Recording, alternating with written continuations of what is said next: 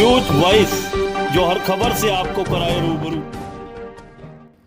अग्निपथ योजना को लेकर कांग्रेस ने अब सरकार के खिलाफ हमला तेज कर दिया है, जिसके चलते आज देश भर के साथ रेवाड़ी में भी कांग्रेसी कार्यकर्ताओं ने जोरदार सत्याग्रह आंदोलन चलाया।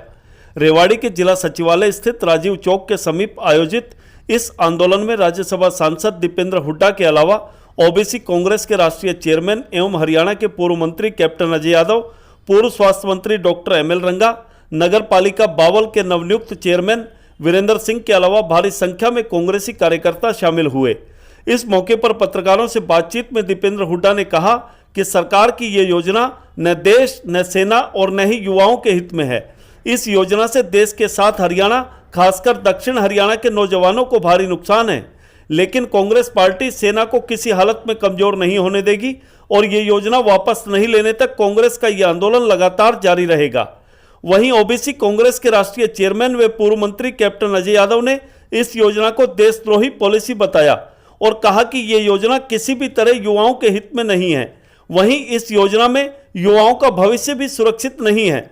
उन्होंने कहा कि आज सेना की वजह से ही देश की अखंडता बरकरार है, लेकिन सरकार पूंजीपतियों के इशारे पर वन रैंक वन पेंशन की बजाय no rank no pension scheme चला रही है।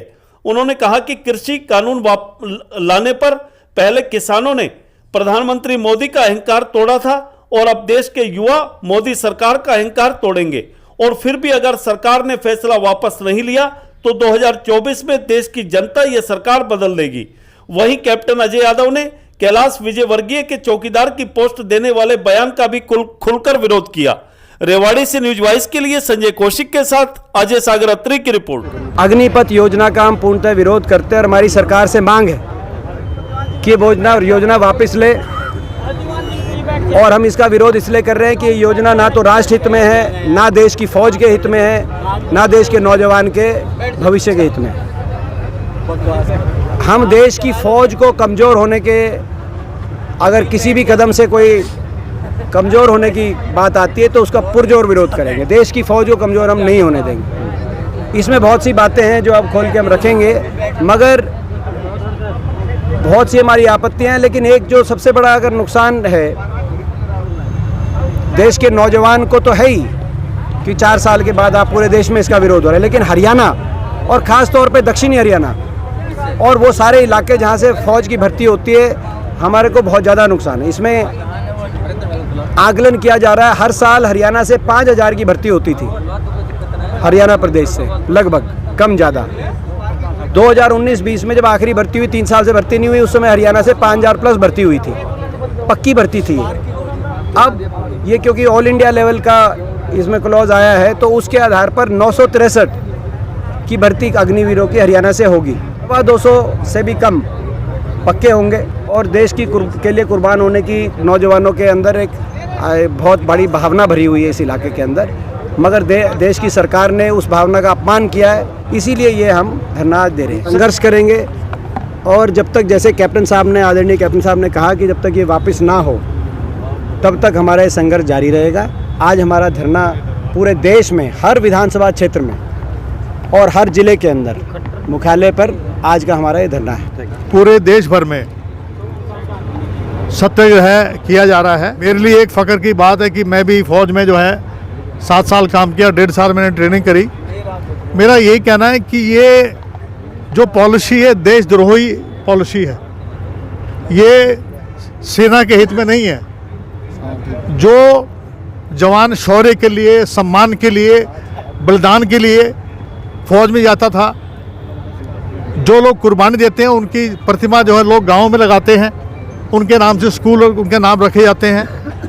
उनके साथ जो ये जुल्म किया जा रहा है, जो नौजवान जो ठेके पर रहेगा वो गिनती शुरू कर देगा कि मेरे 1000 से शुरू होगा 1-2 करके, तो उससे जो है जो मनोबल गिरेगा और उसका फ्यूचर जो है वो सुरक्षित नहीं है।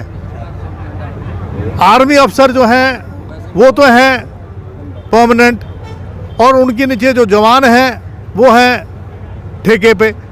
16 लाख जो है हमारे जवान, अगर इस प्रकार से भर्ती होती रही तो 15 साल के बाद 6 लाख रह जाएंगे।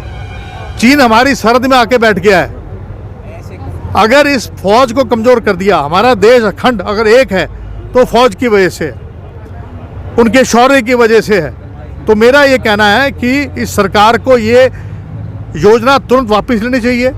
ये देश हित में नहीं है, ये युवकों के हित में नहीं है जो खून पसीना बहाकर सुबह 4 बजे दौड़ते हैं। उनकी परिवार के लोग कहाँ रहेंगे? ये कहते थे 1 रैंक 1 पेंशन, ये 9 रैंक 9 पेंशन की स्कीम चला रहे हैं और जो पूंजीपति हैं उनके इशारे पे काम किया जा रहा है। और मैं नड्डा साहब का विरोध करता हूँ जिन्होंने कहा कि मैं चौकीदार की पोस्ट दूंगा। ये मैं सैनिक हूँ, कैलाश वर्गीय, मेरी छाती पे ये चोट लगी है क्यों, मैं खुद फौज में रहा हूँ। तो हम इसका विरोध करते हैं। कृषि बिल इन्होंने वापस लिए, इन्होंने किसानों का वो किया, व्यापारियों को किया। तो मेरा ये कहना है कि युवाओं का और सैनिकों का जो अपमान किया है, इस अग्निपथ योजना को वापस लें। अगर सरकार नहीं बदलेगी तो लोग बदल देंगे इनको। प्रधानमंत्री मोदी जी जो हैं उनको ये समझना चाहिए, अहंकार ज़्यादा अच्छा नहीं होता है। उनका अहंकार किसानों ने तोड़ा था, अब यहाँ के नवयुवक तोड़ेंगे। लोग भर्ती की जाएंगे ज़रूर, लेकिन उसका जो खमियाजा जो है वो 2024 में मोदी जी भुगते।